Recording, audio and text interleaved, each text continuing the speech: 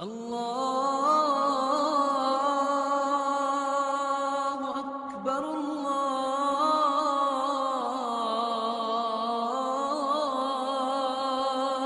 اکبر۔ عبد الرحمن ابن ابی لیلہ جب کعب ابن عجرہ رضی اللہ تعالی عنہ سے انہوں نے ملاقات کی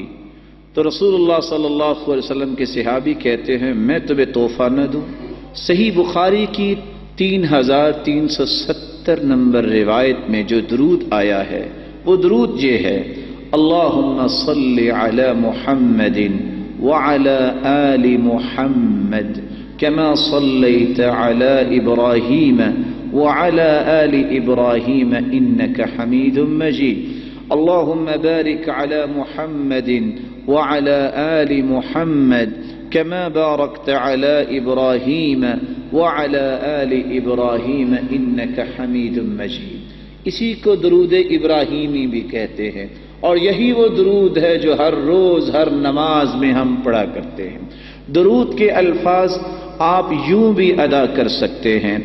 اللہم صلی علی محمد النبی الأمی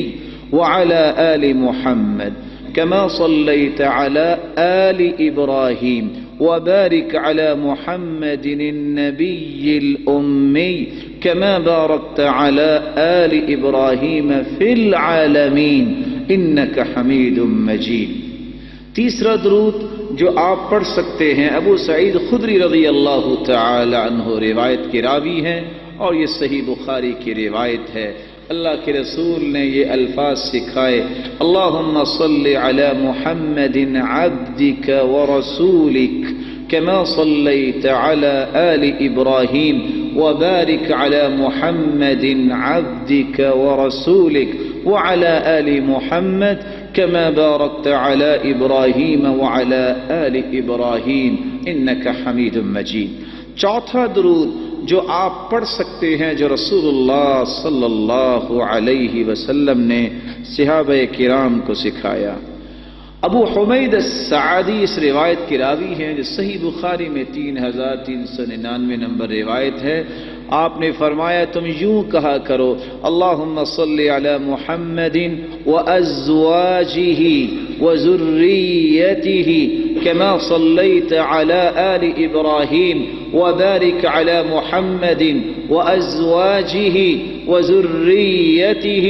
كما بارکت علی آل ابراہیم انک حمید مجید۔ پانچواں طریقہ جو رسول اللہ صلی اللہ علیہ وسلم نے سکھایا ابو ہریرہ رضی اللہ تعالی عنہ سے مروی ہے، اور امام طحاوی نے اپنی کتاب میں اس کو نقل کیا ہے، اور شیخ البانی رحمۃ اللہ علیہ صفۃ صلاۃ النبی میں اس کو نقل کر کے صحیح کہہ رہے ہیں: اللہم صلی علی محمد